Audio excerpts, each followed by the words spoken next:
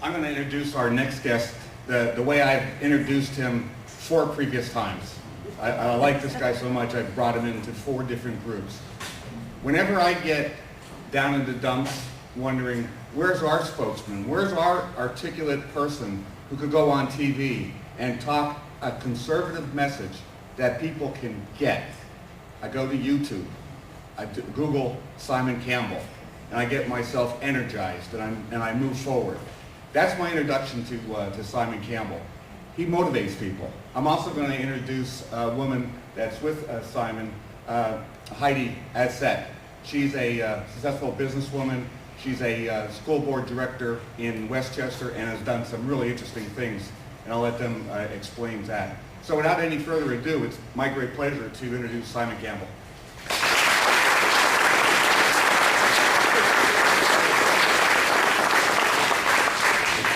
I love these introductions. They're so kind and generous. So, before I say anything, is there anyone here who has not, seen me speak before? Because I've got a bunch of really old jokes. Oh, good. I came with my friend Heidi. She's like, don't you dare say those jokes again. We're going to change the format a little bit today because I do have a special guest with me. Heidi Adsett is a Westchester area school board director. I'm a school board director in the Pennsbury School District in Bucks County, so you get 2 Southeast local school board directors here tonight. For those of you unfamiliar with my background, I'm also the president and founder of Stop Teacher Strikes, which is a grassroots advocacy organization. And why are we called Stop Teacher Strikes? Well, we're too lazy to write a mission statement. So we figure you'll get the idea. Pennsylvania ranks #1 in the nation for teacher strikes. What a statistic that is. I mean, you think we'd be #1 for a few things, but that's not, kicking kids out of school, that's really not one that we should be proud of. And I'm actually forming a new group as we speak called Pennsylvanians for Union Reform, which is a very posh title. And the reason for that is smacking public sector unions all over town. I was told it was too politically incorrect, so I kind of figure we'll have the posh name, but everyone knows what it's about, so that's a good thing. And the YouTube videos that Hayden was talking about, yeah, we're doing some fun YouTube videos. It's great, the unions go mad. But what we're going to do right now is I'm going to speak after Heidi, and then we're going to, she's going to speak first and talk about some of the issues in the Westchester School District in Chester County. I'm going to come back and talk about all the stuff that I've seen, both as a school board director and in the grassroots aspect of advocacy, and then we'll do Q&A. So I will be back, but for now, please welcome. Oh, I have to say, before I introduce Heidi, I shouldn't tell this, but I've got the microphone, so I'm going to anyway. When you have a good friend, we drove here over an hour and we got stuck in horrible traffic, and we had this raging political argument, the kind where you both end up looking out the window, like not speaking to each other. So we're really happy to be here right now, just so we can talk to all of you instead of each other. And now I've got the microphone, I want you to know that I am actually right and you are actually wrong. There you go. Thank you very much, I'm glad you agree. So Heidi, come on up, I'll be back, come on up. Welcome, Heidi.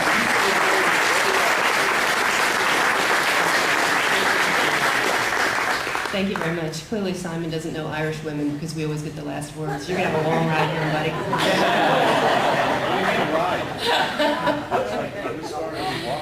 It's so great to be back up here. I love this area. My cousins in Easton, my very best friend, and no, it's not you, Simon, at this point, she's in Allentown area, and she's a good Christian, teaches Sunday school, and is worried about the direction our country's going. So if you folks out here are anything like my best friend of 30 years, I think we're going to have a good night tonight. So as Simon mentioned, I'm a school board director in Chester County. Now, for some little background, I had no clue what a school board director was, that we even had a school board director or anything about it, right? I was just your typical good little Republican who would go and vote in the primary and vote in general election for whoever was endorsed, and you go to headquarters and say, does anybody need any help? And they'd all say, well, no, we're good. We got it all under control. Just give us some money, So that should have been a sign right then and there that we were in trouble, because clearly the Republican Party does not have it under control. So I decided to run because I had kids in the school district, and my eldest was in high school, and I'm seeing the indoctrination going on, and the dumbing down of the education, and I'm thinking, all right, you know, I gotta start fighting for my own kids because I actually want her to get a job and not be living with me forever. So the youngest one, she can live with me until 21. So anyway, so I should think about running, and I went to an event and met Simon, and well, you know, that was no turning back after you hear Simon Campbell speak. So what did I do? I was just thinking, Simon, that first day we met, we actually didn't like each other at all. Full circle? Yeah, you thought I was a little uptight housewife, and I thought you had a big ego. And it turns out only one of us is wrong.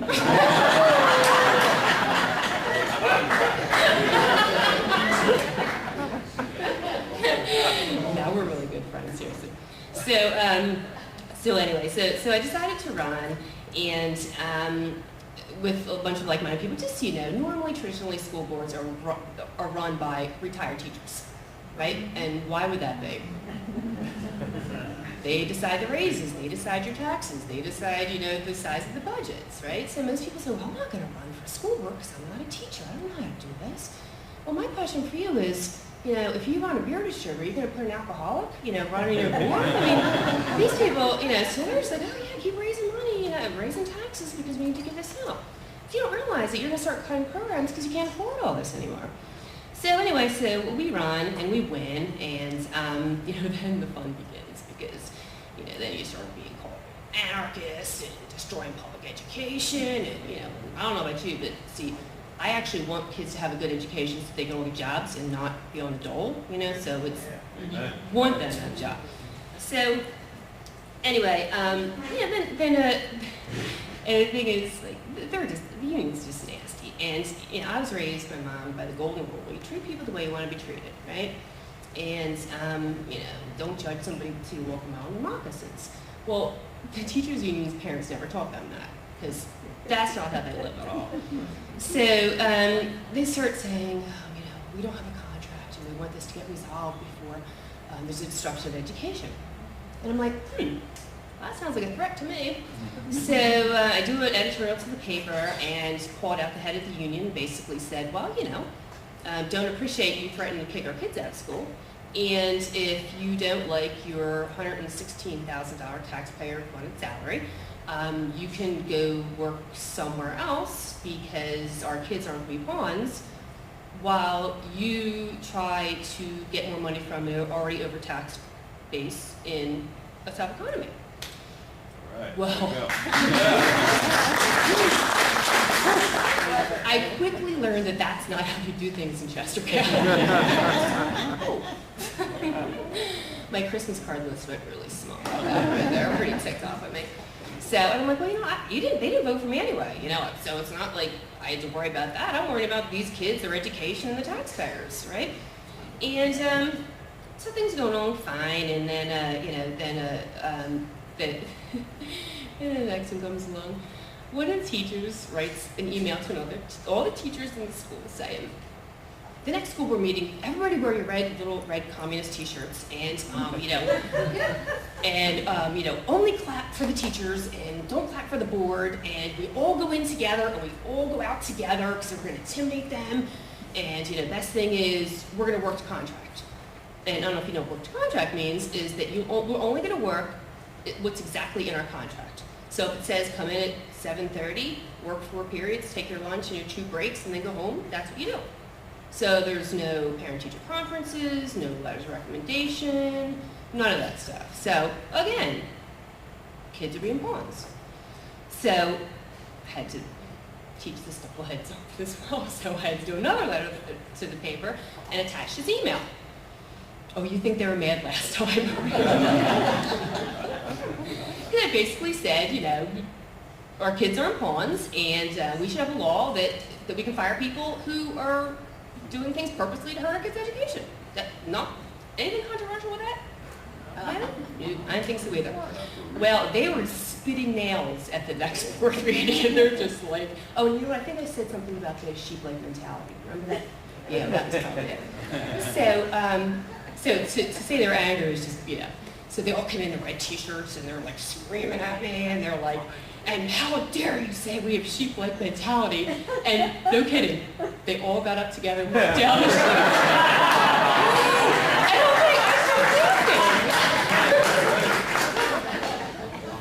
I'm like, oh, and you can't make this stuff up. So anyway, so now I found out from my buddy Simon, apparently that they filed an unfair labor practice against me, so the union really got mad, and I guess they're suing me or something. I don't know. We'll figure that out later. But yeah, they're just trying to gag me because heaven forbid the elected official who's representing the people actually know what the union's up to and the bully tactics and how much they're going to hurt the taxpayers. So, you know, since I don't get paid as a school board member, I thought I should just at least have some fun, you know.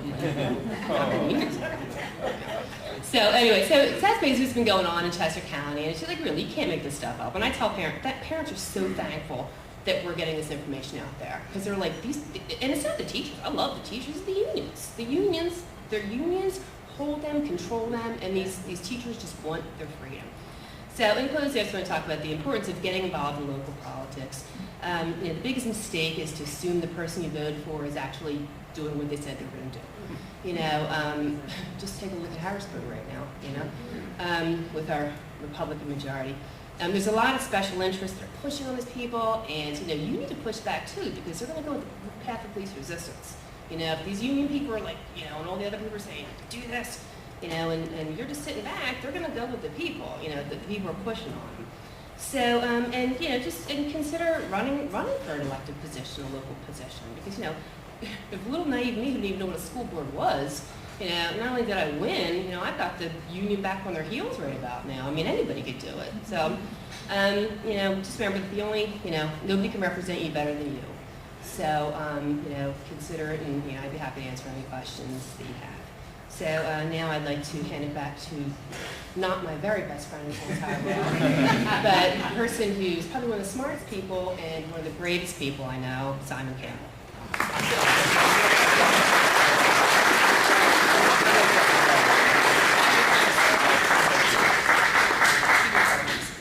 You're not taking a copy. You're not leaving me here. See? I'm not going to make up with her in public, though. I'm still right.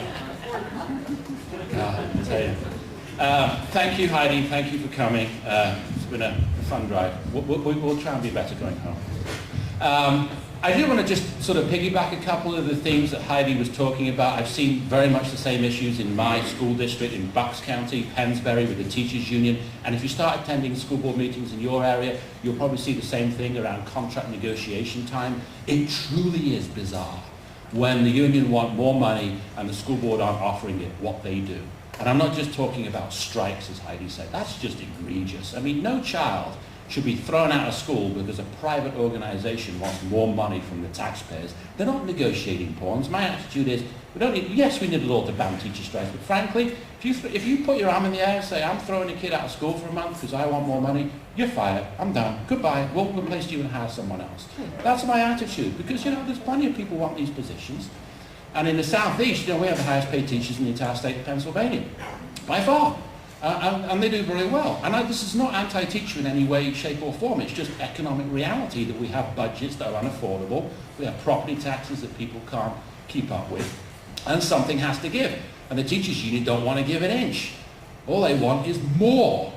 So, you know, we're pushing at the state level for not just a ban on teacher strikes, but how many of you are familiar with the Right to Work initiative? Can I see? Show of hands. Good, good. That's huge. I'm a major Right to Work fan. And I know that the conservative think tanks talk about it in, you know, the economic benefits of Pennsylvania being right to work, which is true. But I never really talk about it in those terms, because for me it's much more about a matter of individual liberty, individual freedom of choice. I'm not a fan of unions. I don't have to be. It's a free country, right? They want to kill their own jobs in the private sector, that's their business. But in the public sector, I don't believe that unions should exist, quite frankly, because, you know,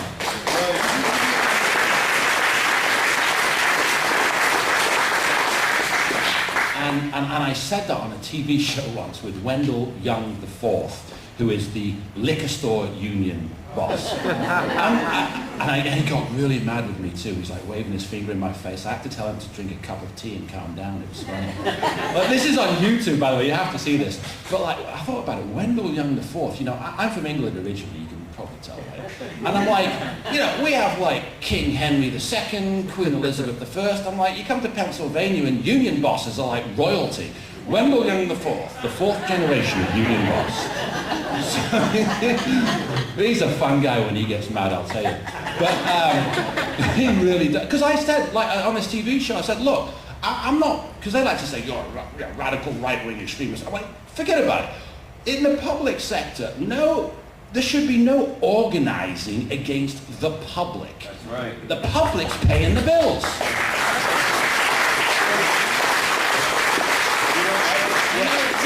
There's no for-profit fat cat CEO. Right. There's just taxpayers. When you organize a group and say we want more, it's all of us who have to finance it. Therefore, you're not allowed to do it. Right. Ban public sector unions. Right. Why not? It doesn't make any sense. Hire people on individual contracts, pay them on merit, and we'll all live happily ever after. Right. Except that a lot of politicians wouldn't get elected because then, you know, they get the public sector unions to elect them, don't they? How many people know how the teachers' union collects the money that they get to influence politics? Show of hands, come on, I'm teaching today. Oh, not Payroll really. deduction. That means I get to explain it. Right? They get millions and millions of dollars in union dues, right? Now that's what I call soft political money. The union lawyers will say, well, that's not the campaign contributions. Give me a break, okay? Union dues are used for all kinds of political stuff, all right? They may not technically categorize it as campaign contributions, but it's lobbyists, it's get out the vote drive, it's all the funky stuff that they do indirectly to influence who gets into elected office, right? Now they collect union dues through teachers' paychecks. Political money, okay, I don't do what the lawyers say, I say it like it is, it's political money. Mega millions of dollars, right? And most of the union dues, the teachers belong to it's a unified dues structure, so you've got the local union, the state union, PSCA, and the national union. Most teachers don't even realize that less than 10% of the dues they pay, and in my district they're paying $900 a year, less than 10% stays with the local. The rest gets shipped up the line to PSCA, who keeps about 80%, and then about 10% goes to Washington, D.C. for the National Education Association, the NEA. And so all that money is funneling around in Harrisburg, right? And I've taken the position that the government, whether we're talking school boards or counties or the executive branch, should not be in the business of, through payroll deduction, collecting and remitting political money for these unions. It's not a function of government, a legitimate function of government, to collect and remit a private organization's political money. How is that a core function of government? A core function of government is educating kids, keeping the roads, keeping us safe with the military. Not, oh yeah, we'll collect your money and send it for you. I mean, one of the things that I did when I got really mad about that is I put in a right to know request of my own school district before I got on the board, and I said, I want an image of the check. The check that you cut every payroll period to send to the union through payroll deduction. Because they physically cut a check, they deduct the money, and then they write a check. It's like 68 grand, whatever it is, a month in my district, maybe more, it's gone up. So it says payable from Pensbury School District, payable to Pensbury Teachers Union. And this is going on in your districts. You get an image of that check, and you put it on a blog or a website, people go mental. They're like, what do you mean the school district is writing checks to the teachers union? Why is the school district, the thing that we're paying taxes to educate kids, writing checks to the teachers union? I'm like, well, that's how they get the money to pay off all the politicians. How else do you think they get the money? You, the taxpayers, collect it for them.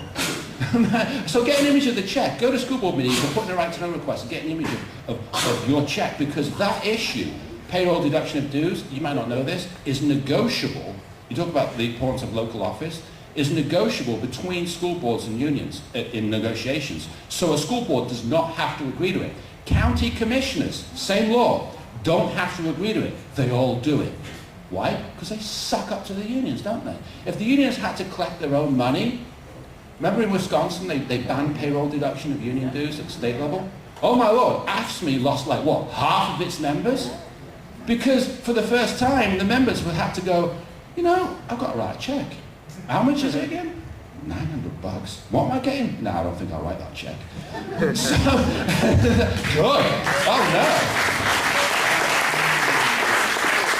And the thing is, the unions like to say to everyone, well, we're great, well, we're wonderful, and we do good things. And I'm cool with them saying that. Except we find out how much their own members value them when their members have to send the money directly. And as it turns out, half of them don't value their own union that much. So when we talk about, all of these issues, what we have, the problem is, in Pennsylvania and other compulsory unionism states, we have unions that have been granted artificially inflated power, right? Only when unions are truly voluntary can we get equality for taxpayers through state laws. I mean, we're talking not just teacher strikes, prevailing wage is another one. Oh my Lord.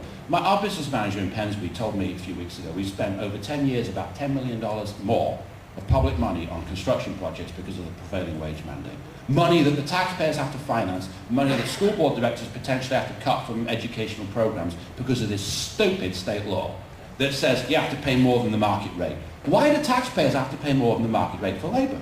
Because the unions have bought and paid for all of these puppies in Harrisburg, right?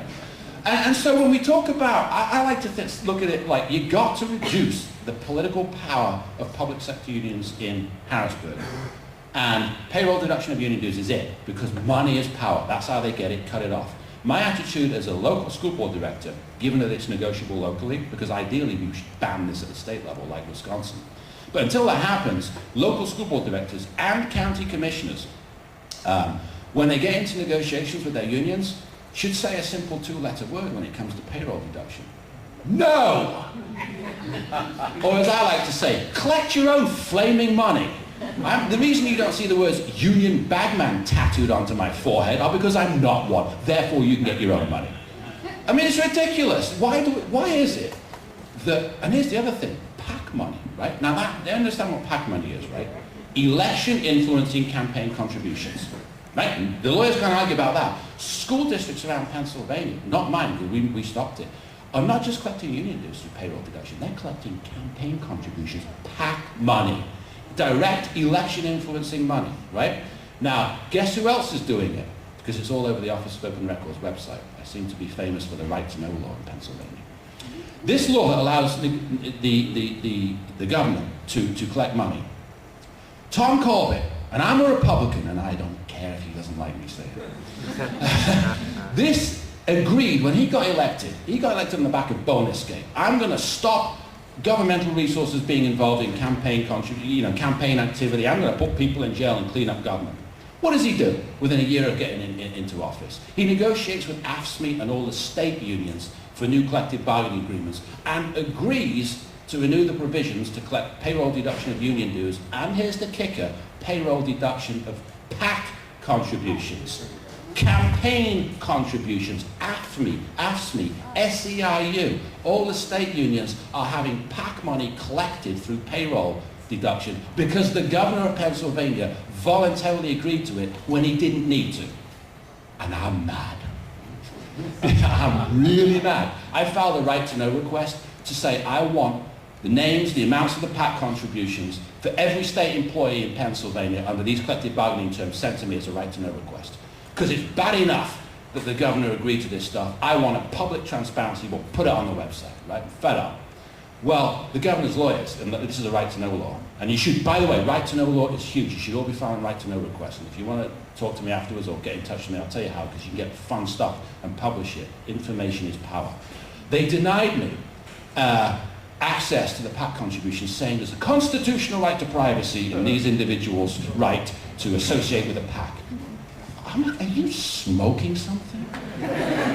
Really? And I know that Corbett's just ordered his lawyers to do this because he's sucking up to the unions. And I'm like, he's going to be in trouble over this.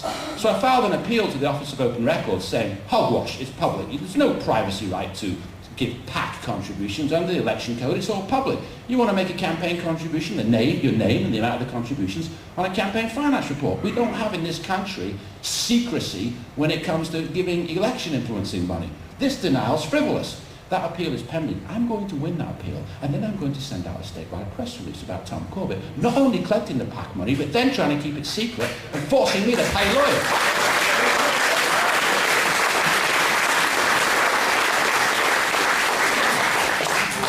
So, when you leave here tomorrow, here's what I want you to do. File a right to know request of your local school districts and your county commissioners. And here's the request.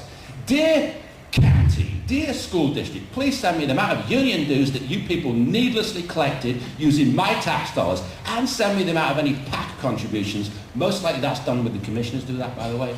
So find out how much PAC money is being collected on your dime so that AFSCME can get commissioners elected. What? But think about how corrupt it is, right? They get campaign contributions that have been agreed to be deducted by the people that they then elect. That's like a vicious cycle of corruption. No private organisation should have access to the resources of government to influence the elections. The heck with it. So I get in a bad mood when I talk about some of this stuff. Because I'm like, you know what, I'm a Republican. If you want to be a Democrat, but don't tell me you're a Republican, okay? Don't go collecting money for AFSCME, because they're going to use it against you anyway. Are you stupid? It's the other thing. Why would you agree to do it when it's going to be used for your opponent? If nothing else, if you want to be political, at least be intelligent about it. For God's sake. That makes me nuts why they do these things, really. No wonder his poll ratings are in the loo. But anyway, so the teachers' union are by far, of all the public sector unions, you know, the biggest, the baddest beast of them all. I mean, Chris Christie called them a political thuggery operation, which, by the way, is exactly what they are. Heidi was talking about it, you know. When they do things like, they were talking about the unfair labour practice, what they've accused, when Heidi did her press release to say we need a law to fire ringleaders that call for work to contract and strikes, they filed an unfair labour practice on the school district because, you know, and they filed it with the Pennsylvania Labour Relations Board, which is a bunch of unelected, unaccountable government bureaucrats who are a waste of time. So basically saying, you know, you can't coerce us and tell us that we can't do work to contract when it's our labour right. But they filed it against the school district because they're trying to suggest that Heidi's speaking on behalf of the whole school district. And this is a very important point. Elected officials, I'm a school board director, there are 9 school board directors in every school board, right? We don't have any legal authority except when we sit as a board and vote. Other than that, we're just individuals, right? When you see a congressman speak on television or a state rep issue a press release, they do so in their individual capacity. There's no disclaimer like, I want you all to know that I'm not speaking for the entire American government.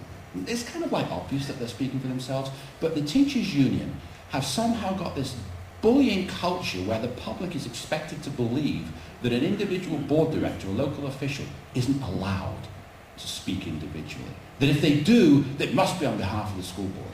So Heidi's been accused of speaking on behalf of the school board. It's totally frivolous, and I suggested to Heidi, send out another press release, send out one a week. See how many unfair labour practices you can get. We'll post them on the website.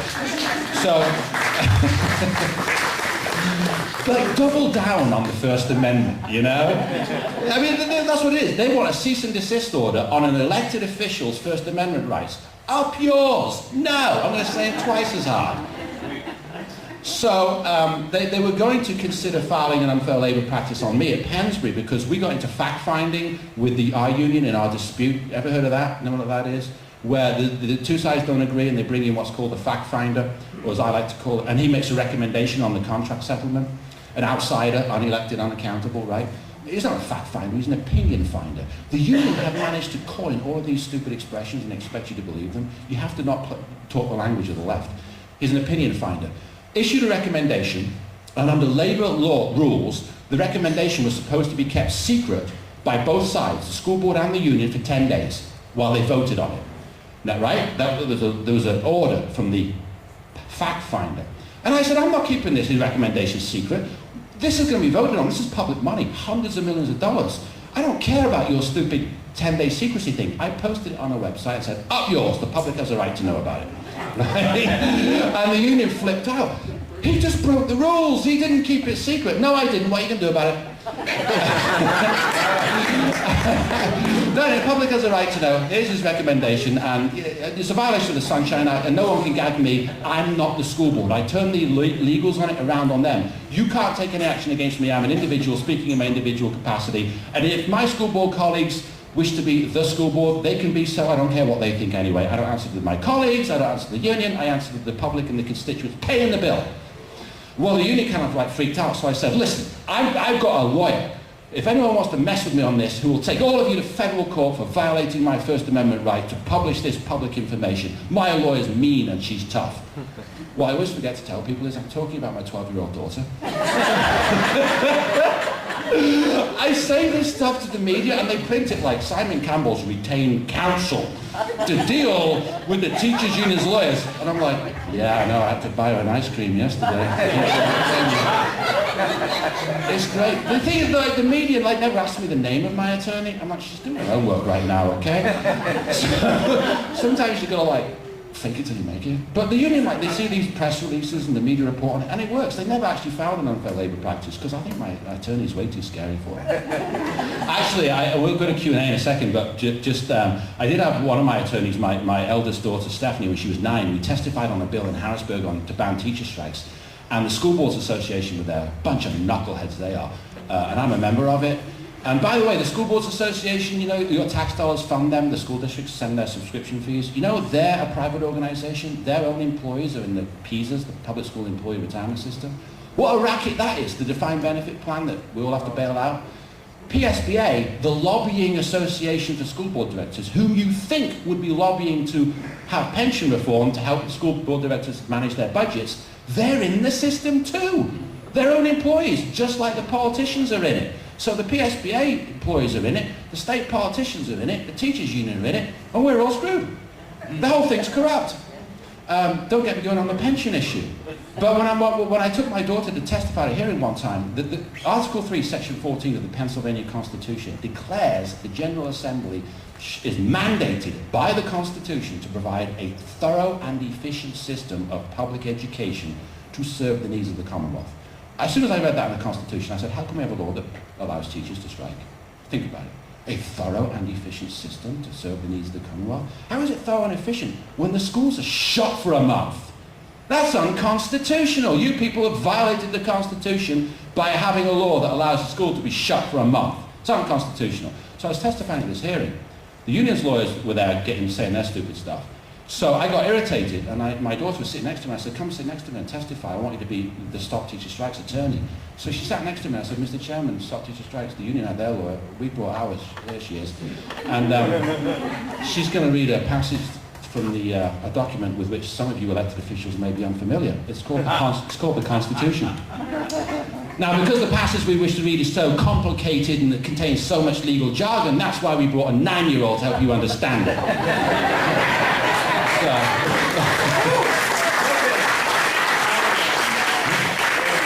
So I passed the microphone. I said, our attorney will now speak. I passed the microphone, right? Stephanie reads out, the General Assembly is required to thorough and efficient system of public education. I took the microphone back and I said to one of the state reps who was supporting the union, I said, what part of thorough and efficient system is shutting the schools for a month? He looked at me like, ooh. I said, do you not understand your oath of office? Didn't you solemnly swear to uphold and defend that which our attorney read to you? Would you like me to bring a 6-year-old along to come and explain it? What's wrong with you? So this went back and forth for 10 minutes. I said, does anyone have any questions about my testimony? And they're all like, we'd rather you just leave the building. No, I got no questions. They only testified that I had no questions. I showed up with a 9-year-old to read the Constitution, and they're all going like this. No, they get me out of here. Anyway, I'm talking too much. We need to do Q&A because I hope you got some good questions. So Heidi, come on back up here. So, because Q&A is the fun stuff. I forget half the things I want to talk about, but and we're friends now, right? We're friends, aren't we? Come on. You don't realize the problem is I'm Irish and you're British. Oh, is that what it is? Oh, no. Okay. Well, they filed an unfair labour practice on you, not me. I'm jealous of Heidi. They actually did it on her. You need a better attorney. I'll give you one. Well, then they say that then the union ran for a board president and said, oh, you've got to do something about Heidi. You've got to do something about Heidi. And it's like, what do you think we're going to do about Heidi?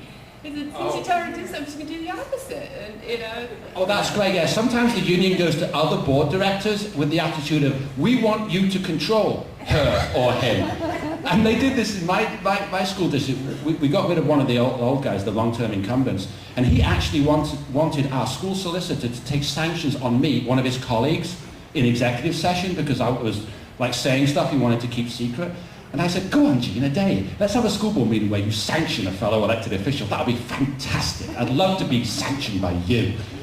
He didn't make it in the next election. Anyway, go ahead, questions, please. I hope you've got questions. Yes, sir.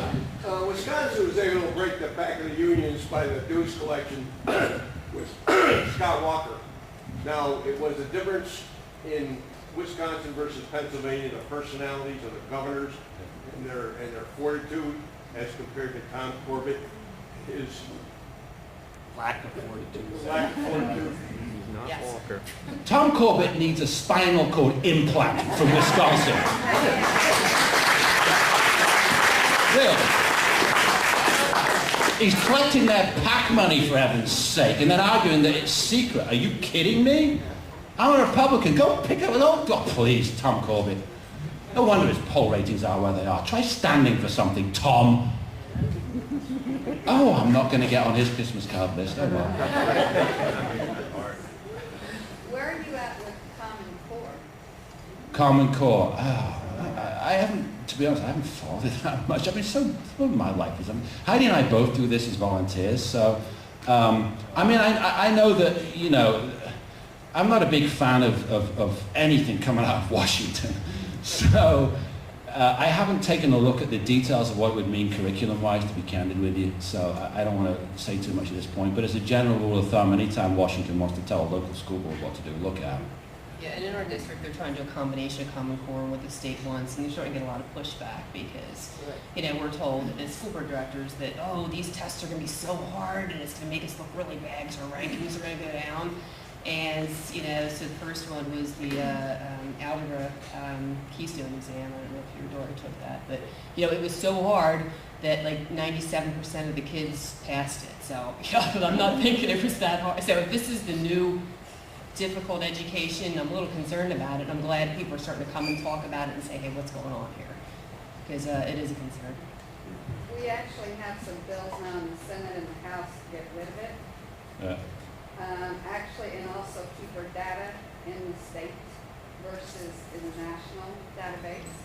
On the House, we got Republicans, and the Senate, we got Democrats. So we got to get them together to fight this. So I'd like to give you that information because we're really pushing it in Westchester. Senator Newman is a really big pusher on this and helping us. So like Senator Dinniman? Oh, he met one of my attorneys at a hearing one time on teacher strikes. Yeah. Yeah, but he actually, for Common Core, he wants to The other one. kick the feds out of Pennsylvania. All right, well, that's fine. So I think we need to watch what's going on with both sides. Yeah. Are you familiar with the white paper that the teachers union put out a few weeks ago? Yeah, I think it's called Sounding the Alarm or something like that. They have requested that the state get rid of the cap on what the locals can do for the property tax. In other words, no, don't go to referendum. Just raise it to what you need to pay our pensions. Well, Act 1. You want to say something first? Yeah, Or should I get exactly. Act 1. Act 1 currently has exceptions for the pension bailout, but not for much of anything else these days, and a few other things, a few items. But Act 1 serves to cap what might otherwise be raging Liberal school board directors' desire to raise taxes unlimited. So even the Liberal board directors have some kind of a ceiling. But there are exceptions to the Act 1 for the pension bailout. Now, what the teachers union do in contract negotiations, when you think about it, under Act 1, labour costs are not an exception. So the cost of labour competes with the cost of providing educational programs, which is forcing some more liberal-minded board directors to realise that being a liberal hurts students, because if you spend too much on labour, you then have to cut something else to stay underneath the index. So what the union want is no index. That way, they can say, keep the programs for the kids and just keep fundraising our salaries and our benefits ad infinitum. We want the happy days of yesteryear to come back, where school boards have no caps whatsoever. We'll elect our spouses and our cousins and our aunts and uncles and just raise your taxes forevermore, and it's all for the kids. Yeah, in our district, what we're trying to do is we don't have a contract right now too. And just to clarify, when we say you don't have a contract, they're like, oh, we don't have a contract, well, it's us. They're still getting paid, they're still getting their days off, they're still exactly what they had before, they're still getting it. So it's not like we don't have a contract, we're not getting paid to work. They still have everything they had before. So what we're trying to do in our contract is, instead of giving raises, we're adjusting for health care. You know, they're going to we're working these things out to these Cadillac plans we can't afford, and we're adjusting that. Instead of giving raises, they're going to get a bonus, like $1,000 a year or something like that. So it's cash, but it's not impacting your pension, because your salary is when that grows, your pension grows. So if you just get a bonus, that's not technically your salary. So it's not impacting the pension down the line. And I think that's a creative way of doing it. Oh no, that's not good. They're going nuts on that one too. And no, they're so clueless on this whole thing. And people need to get involved about this. Well, what Heidi was talking about in a legal sense is called status quo. When a teacher's contract expires, it continues indefinitely. They use the expression working without a contract, which is just the left-wing propaganda. They're working under the terms of the expired one. So if you think about it from a financial point of view, every gain they've ever made in the past with their prior school boards is essentially grandfathered in. They know going into a negotiation they can do no worse than what they're getting. So when they go into a negotiation, the union's attitude is, we want more. Because we're here under the law. You can't take away our salaries and our current healthcare contributions. We'll just keep on doing that forever until you give us more. And I think that what we need, aside from the strike situation, is a bill, a law, much like the private sector, which says after a certain period of time, a public employer should have the right to simply implement its final best offer in accordance with what it believes is appropriate at that time, because that's what the right that private sector employers have. And that's the only way to deal with status quo. I mean, if we need to reduce labor costs by 5% to keep programs for kids, then that's what we've got to do. And we shouldn't have a law that allows the teachers to the union to stay at a level that is going to impact kids. Status quo is a huge problem because it builds an entitlement attitude into every contract negotiation. Final question. I heard your vision of individual contracts, merit pay.